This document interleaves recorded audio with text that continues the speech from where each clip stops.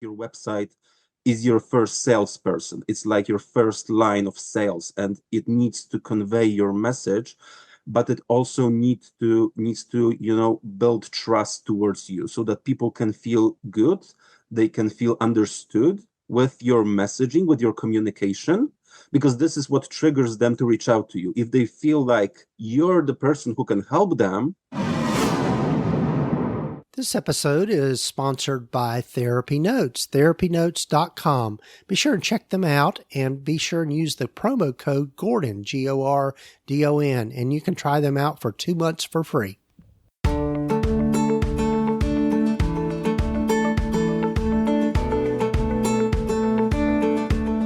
Over 15 years ago, when I started my private practice, I had to learn a lot, and most of it the hard way, and I don't think you need to do the same.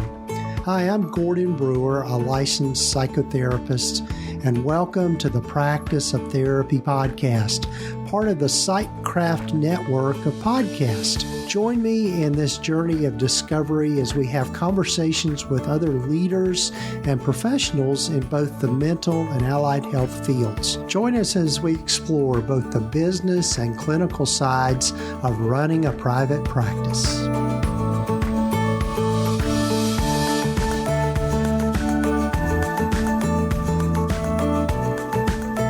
Hello, everyone, and welcome to the podcast. This is episode number 331 of the Practice of Therapy podcast. I'm Gordon Brewer. Glad you've joined me. Glad you're listening in. And if this is your first time listening to the podcast, welcome. And if you're coming back for more, glad you're back. And I hope you'll take time to follow us or subscribe to the podcast wherever you might be listening to it. So my guest today on this particular episode is Mike Zoladkowski. And Mike is a marketing expert or a marketing person, but his wife is a therapist up in Calgary, Canada.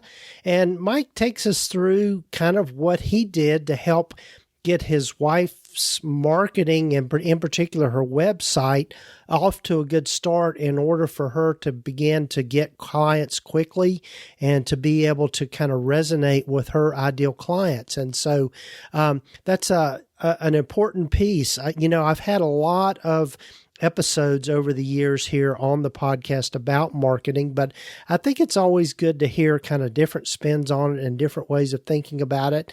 I had a consulting call with a person not too long ago, and one of the things that I generally do when I do a consult call or just do an initial brainstorming call is I go and look at their website.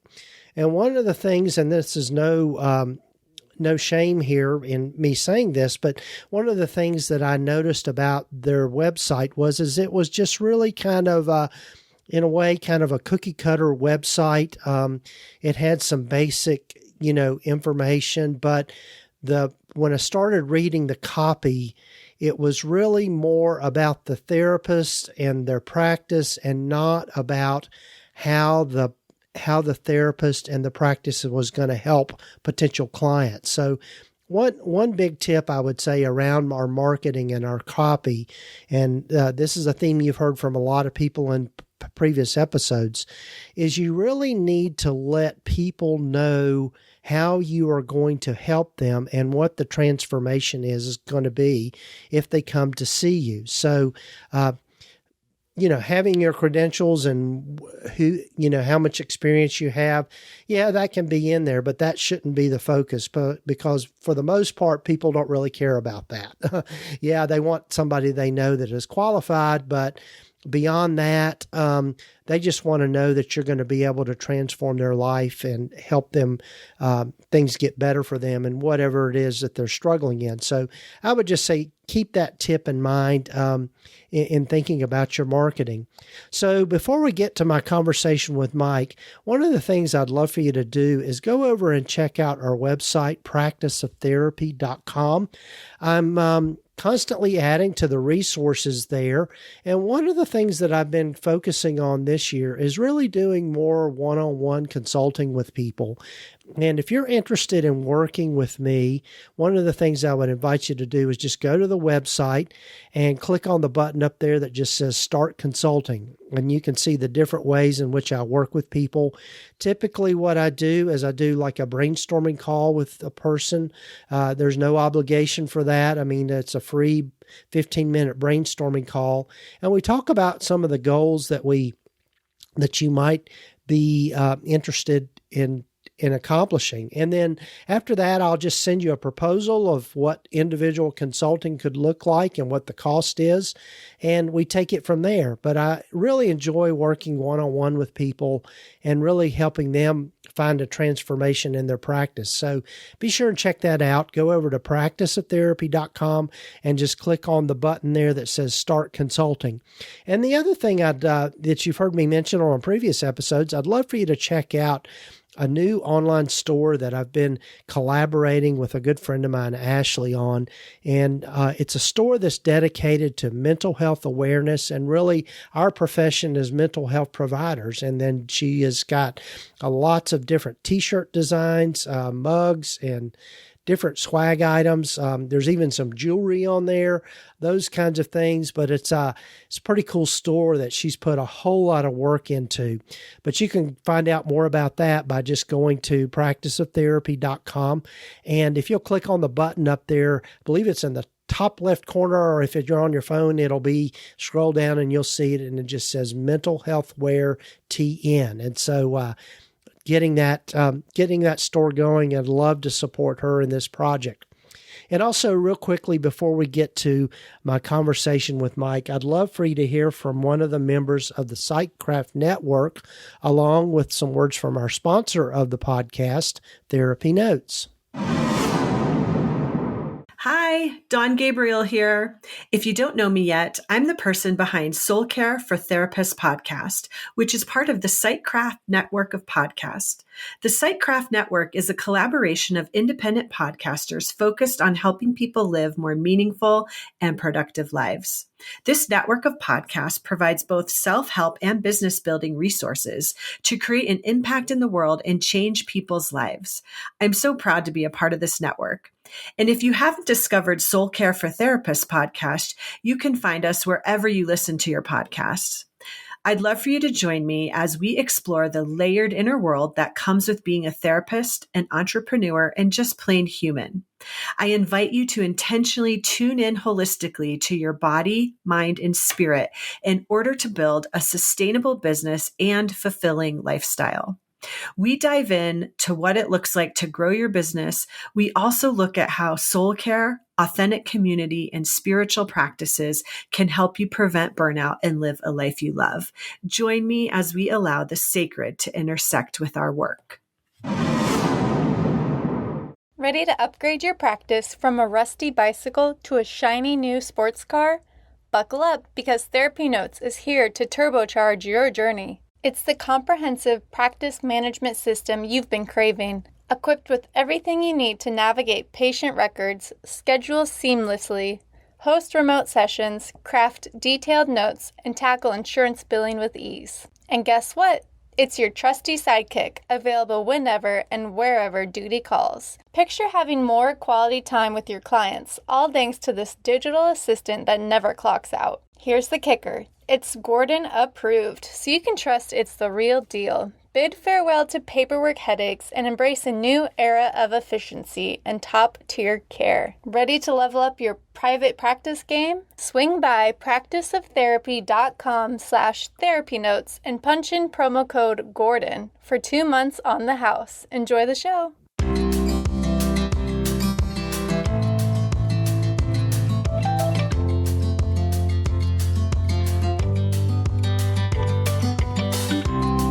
Well, hello, everyone, and welcome again to the podcast. And I'm happy for you to get to know today Mike Zoladkowski. And Mike, sorry with my pronunciation of your last name, but welcome. Yeah, tricky last name, yeah. Uh, yeah, so Mike is located in Calgary, Canada, and has been working with a lot of different therapists and helping them with their marketing. And his wife is also a therapist, and I'm going to let him kind of tell a little bit of his story of how he got started in this. So, Mike, as I start with everyone, why don't you tell folks a little bit more about yourself and how you've landed where you've landed? So I've been doing marketing for over 12 years now. Several years ago, my wife decided that she would like to move to a private practice. So we had to design everything. We had to build the whole business from scratch because at that point, I think it was 2021, she had no clients at all. And in the end, we had to start somewhere, right? So what we did is what we designed the website for her. We designed the whole brand. And then we thought about, the most effective marketing strategy that we can employ to get results as quickly as possible for her. We decided to go with Google Ads and Google Maps because, it's kind of obvious when you're looking for new products, new services. Google is kind of the first place where you go to find what you're looking for. And yeah, as it turns out, it's the same story with mental health services. So the strategy we implemented, it worked. Monica's therapy grew like really rapidly. So at some point we thought, why not use my marketing background and her therapy background to create an agency that works specifically with therapists, with coaches, and help them do the same thing, help them grow their business, their private practice using the same marketing strategy that worked for us. So yeah, this is what we've been doing for quite some time now. Yeah. Awesome. Awesome. Yeah. And so I know that's a big thing, particularly for people getting started in private practices. How do they get the word out? How do they reach their ideal clients? How do they start filling up their appointments? And so you developed a strategy. So I'm just curious about if you can tell us a little bit about the strategy that you use and just with your clients. Right. So when we started, obviously we knew that she needed a website, right? Because this is like the starting point for whatever you do marketing wise, whether you decide to advertise on Google, on Facebook, wherever. At some point, you want to direct people to your website. At some point, you want them to encourage them to book with you, right? To become your clients, your patients, whatever we refer them as. So that was the first step in our strategy to design a website that encourages people to reach out to book with Monica. And yeah, so we took care of everything from the template that we designed that we used to create the website through copy. So all the texts and sections on the website to make it clear, to make it understandable to potential patient. We wanted, for everyone who visits this website to get like a gist of what Monica can help with, how she can help with, and why it's a good idea to book with her. And at the end of the website of each subsection, there is also, because her business obviously is still running, right? There is a booking calendar where everyone who's interested can book at first a free initial consultation that lasts around 15 minutes, where they can ask all the questions, dispel their doubts, and Monica can see whether a given person is a good fit.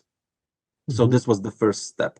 And then we decided to start doing Google Ads, and where there was a few reasons for that. For one thing, I'm doing marketing for other companies, so I know that Google Ads is like a good tool to grow business, especially if you want those bookings quickly, right? Some other strategies, like for example, SEO may take some more time. With Google Ads, it's faster, it's quicker. So we Mhm. decided to go with this way.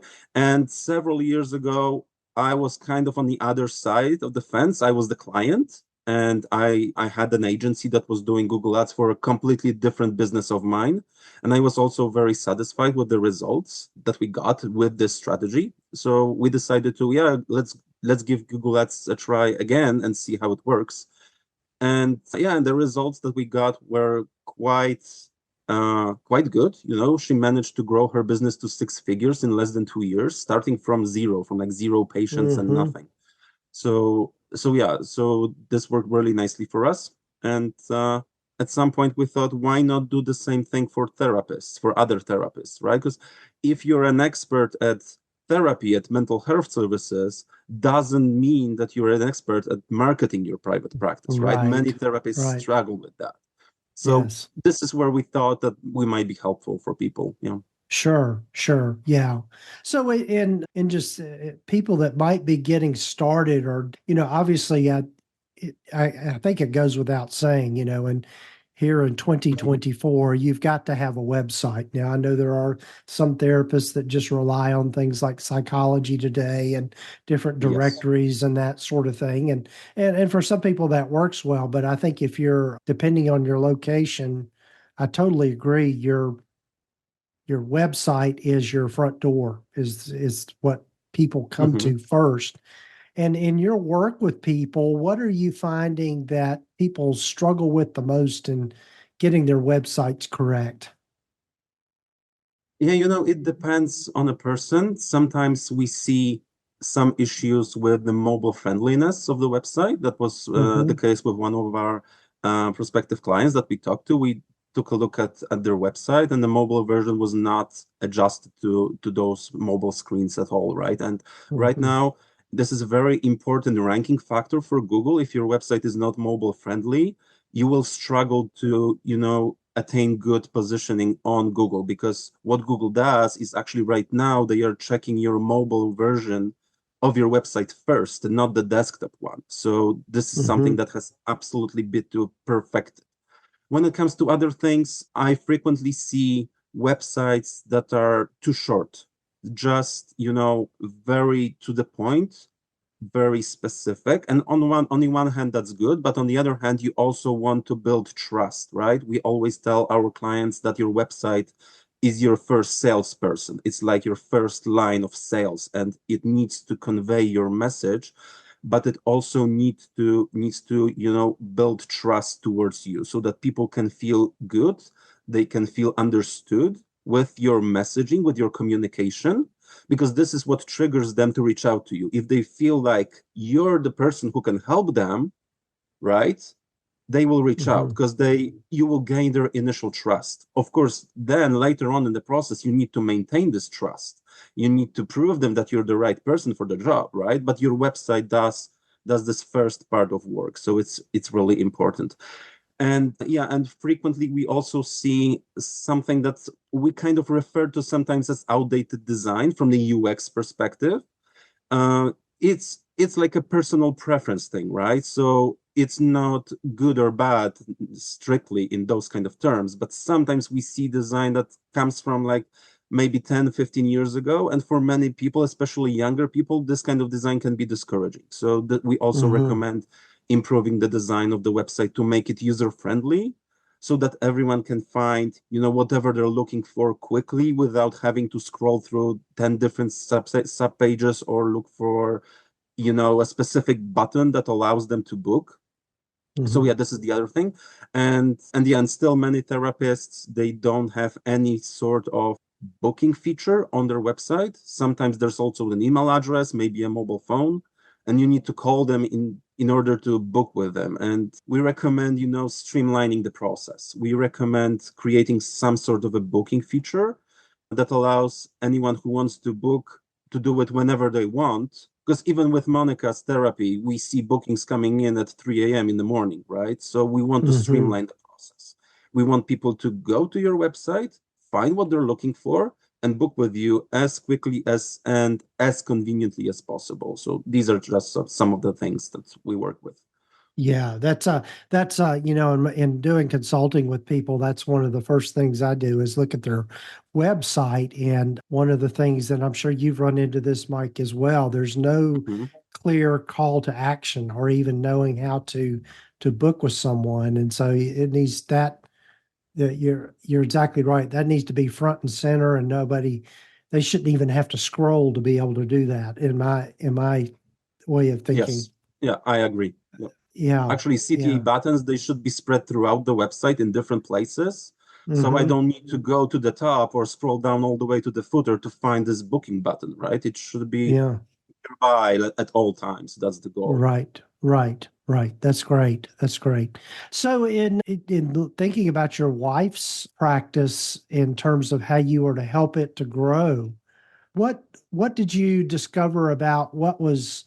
I know you mentioned having several different parts of a website that are important, things that I think Mhm. people need to keep in mind.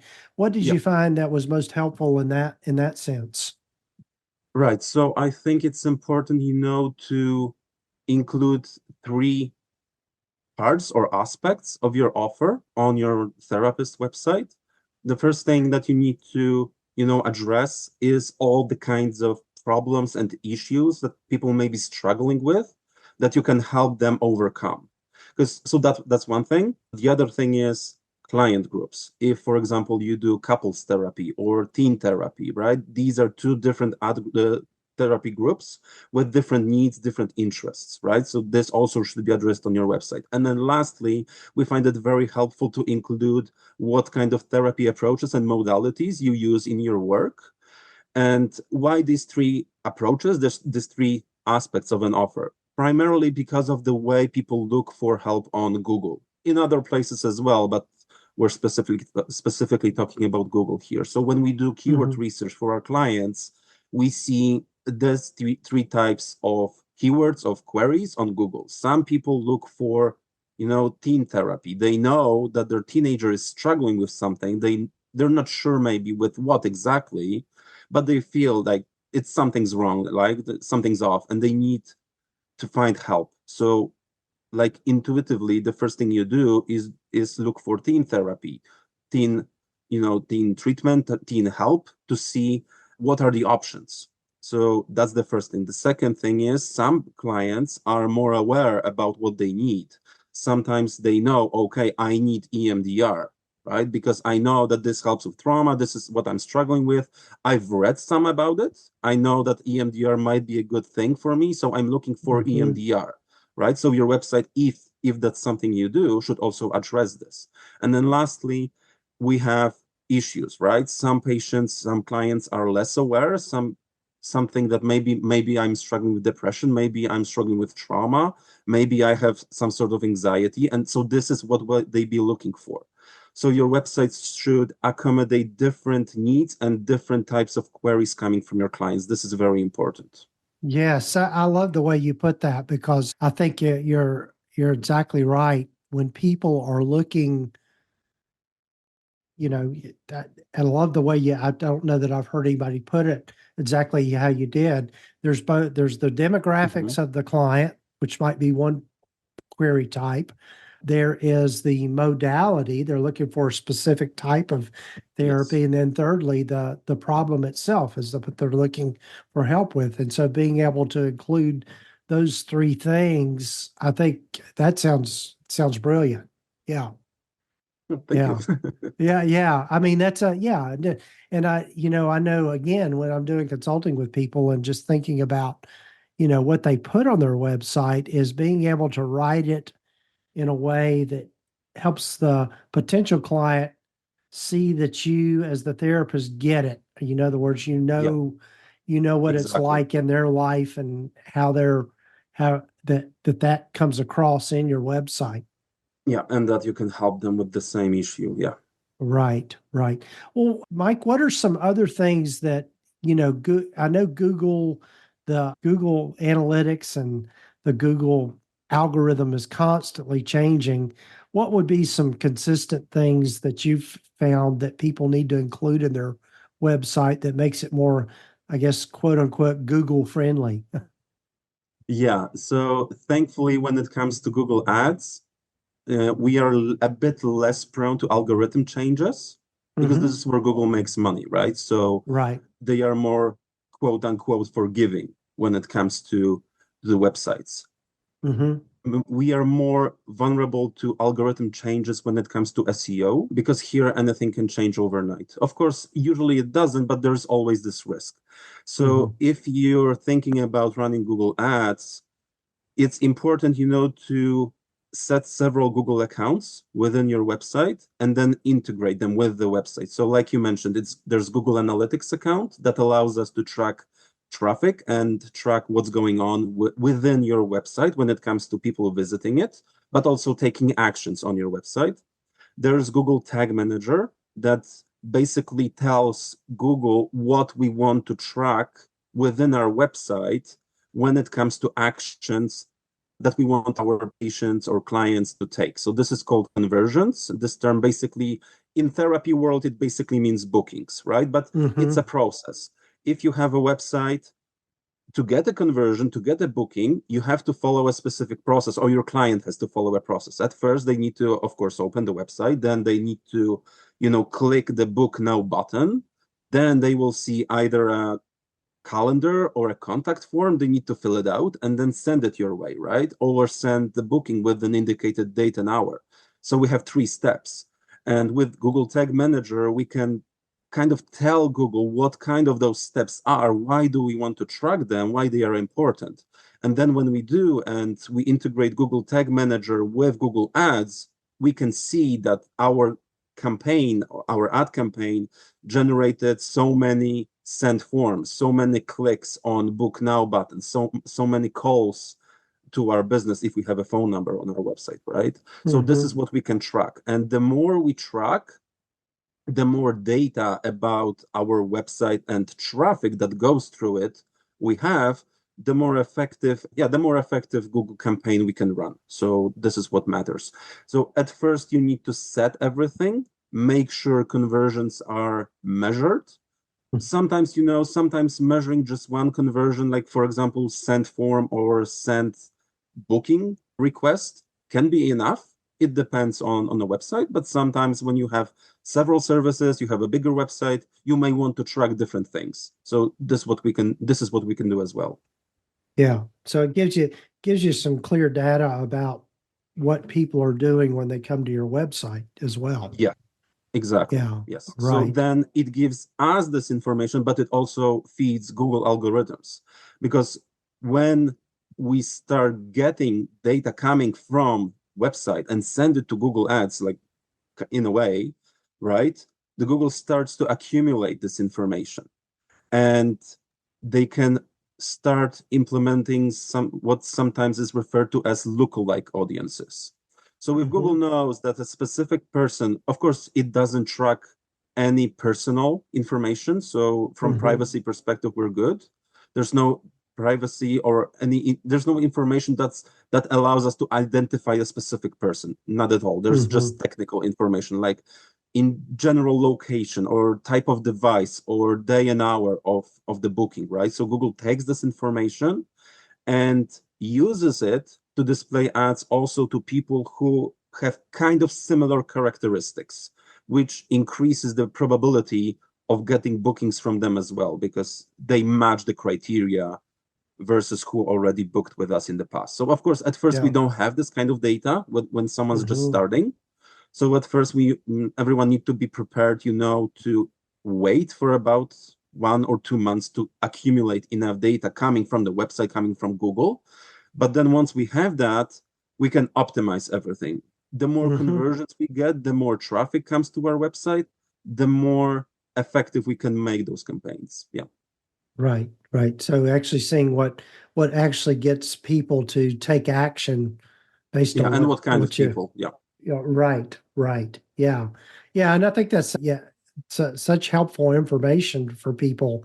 In writing a Google ad, what's kind of your process for that, of knowing what to put in the ad and what kind of verbiage to use and that sort of thing? Yeah, so what we do is basically we conduct strategy sessions with our clients so that they are fully aware of what's going on with their accounts, and we also discuss the ads, their contents, what should be included in those ads to make them more effective.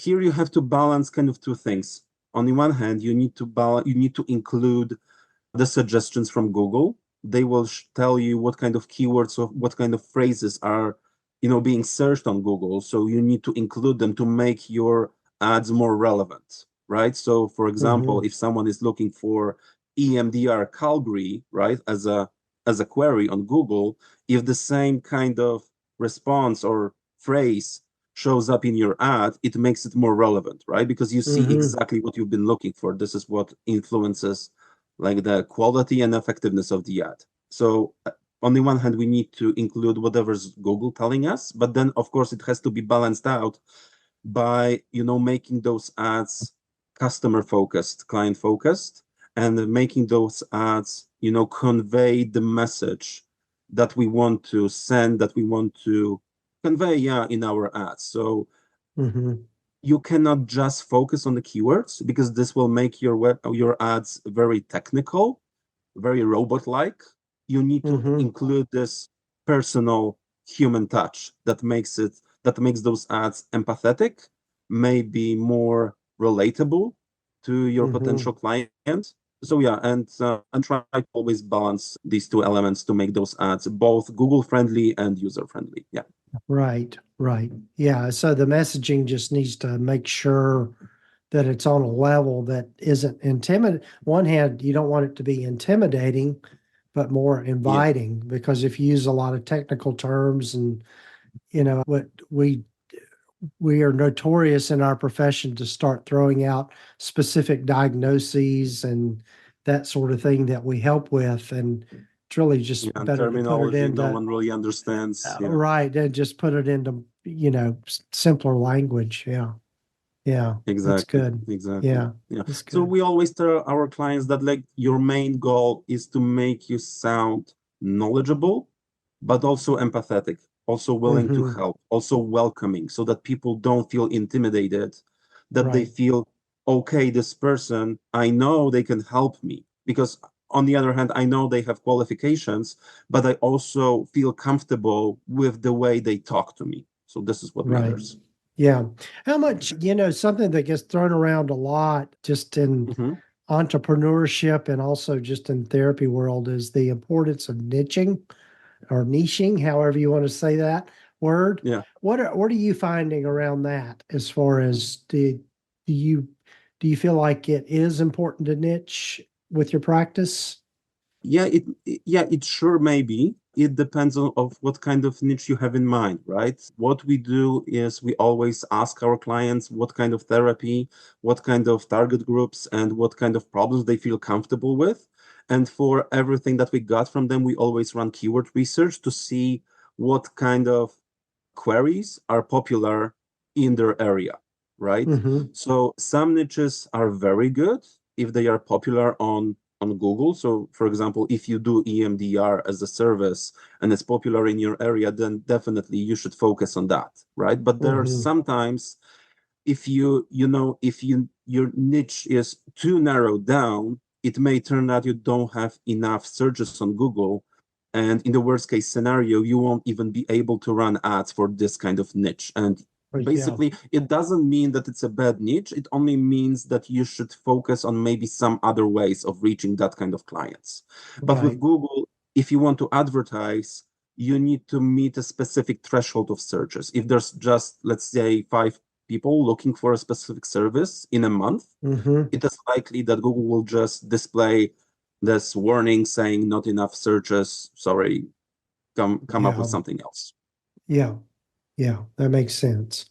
What we didn't really talk about this ahead of time, Hmm. but one topic that is really hot right now is the use of AI.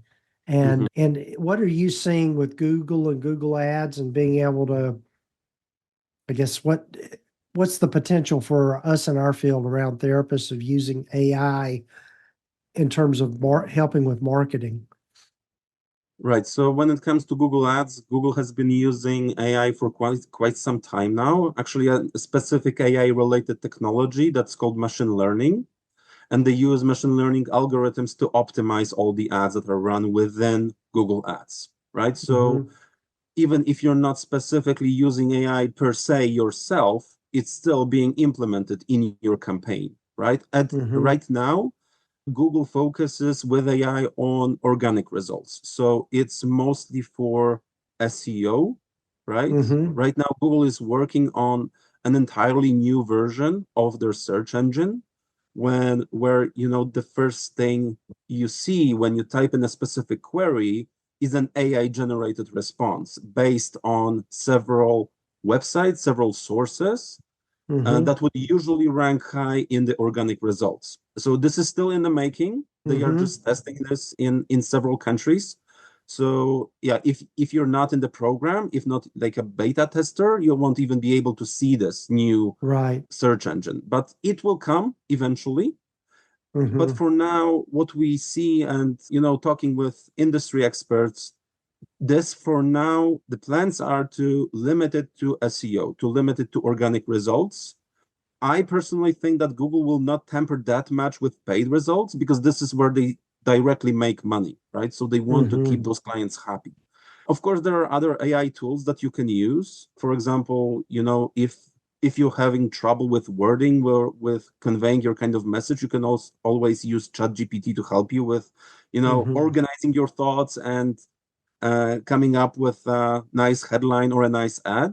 We usually, work with our clients, and we basically, most of the time, we base on our experience to come up with ads that are, tailored to the needs of the target audience. But if this is something someone struggles with, there are many AI tools that can help you generate headlines, descriptions, or even ads themselves. Not Right. necessarily something we do, but yeah, it's an option, right?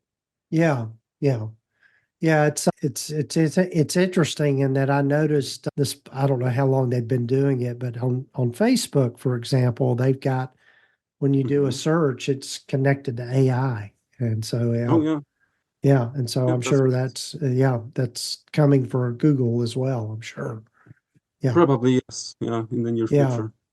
yeah, yeah. So well, Mike, I have to be respectful of your time, and I think this is just all good stuff for people to keep in mind and remember, and just thinking about their marketing strategies, and you consider using Google Ads. I think, and then to make it easier, using someone like you that knows how to do it, rather than trying to spend a whole lot of time trying to figure it out, which I think is a good obviously would be a good return on the investment. But tell folks how they can get in touch with you and if they want to work with you and how they can do that.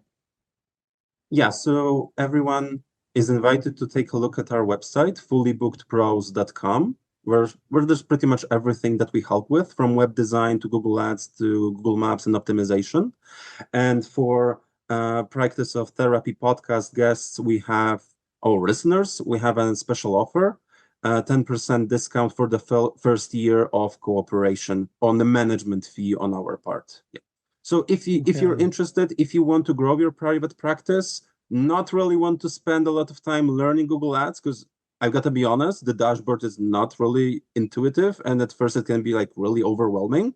I Mm-hmm. sure know it was for me at first. Mm-hmm. So I know this can be difficult for many people. If you want to, just work with us and grow your private practice without investing too much time on your part, then yeah, you're happy to reach out. We offer free consultations for anyone who's interested in growing their private practice. You can just book with us, free consultation, pick a day, pick a date, pick a time, and yeah, we're happy to chat with you. Awesome. Awesome. Well, Mike, this was a great conversation, and I hope maybe we'll be able to be in touch again soon.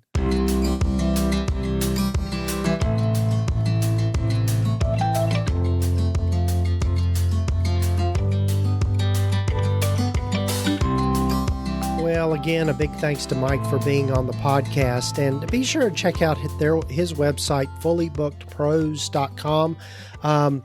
One of the things that again that I'd mentioned before the interview, that I had done a consulting call with someone, and one of the other themes that comes up, I think a lot of times, is we can be too slow to outsource things, and I think when it comes to things like Google Ads and advertising and that sort of thing, it's probably a good idea to outsource that, and even your website design and your website stuff, it's worth your time and worth the expense of doing that. I think a lot of times we can get into maybe a little bit of a scarcity mindset when it comes to spending money in those ways. But one of the things that I always like to remind people of is think about the return on the investment.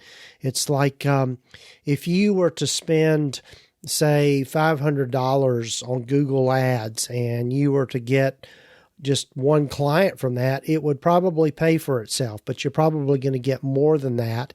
And so I think in thinking about it, you have to think long-term and think of it as an investment. You know, the old adage, sometimes you have to spend money to make money. And that's one of the things that I've learned in the years that I've been in private practice. I'm of that age where spending money and being a penny pincher and all of that sort of thing was kind of ingrained in me by my parents. So I was taught a lot about bootstrapping and doing stuff yourself before you paid somebody else to do it. But I don't think that that's always a good way to do things. So anyway, keep that in mind. And if you're interested in connecting with Mike, again, there'll be links here in the show notes and the show summary to connect with Fully Booked Pros. So be sure and check them out.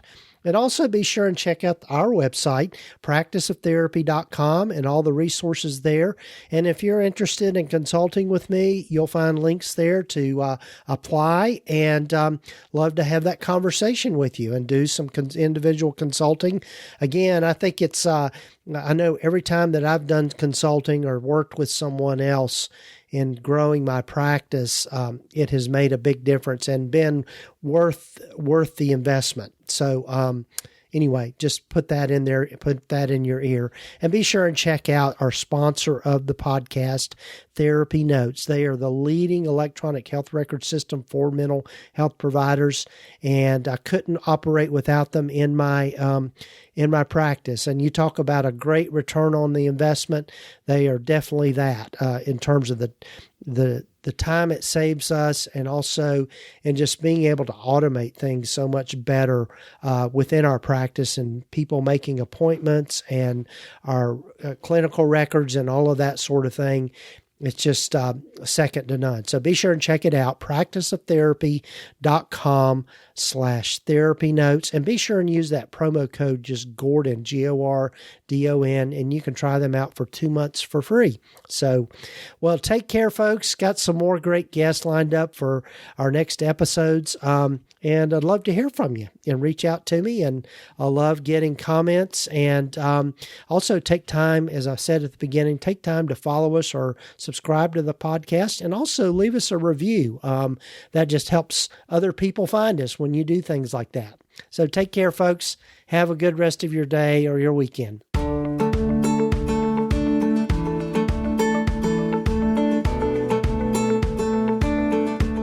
You've been listening to the Practice of Therapy podcast with Gordon Brewer, part of the Psychcraft network of podcasts. You can find out more about the other great podcasts in the network by visiting psychcraftnetwork.com. And if you haven't done so already, please visit us at practiceoftherapy.com and get your free private practice startup guide, along with a lot of other great resources and webinars and free things just by visiting. Also, be sure to follow us wherever you might be listening to your podcasts. This podcast is intended to be educational in purpose and is not intended to give legal, accounting, or counseling advice. If you need a professional, find the right person for that.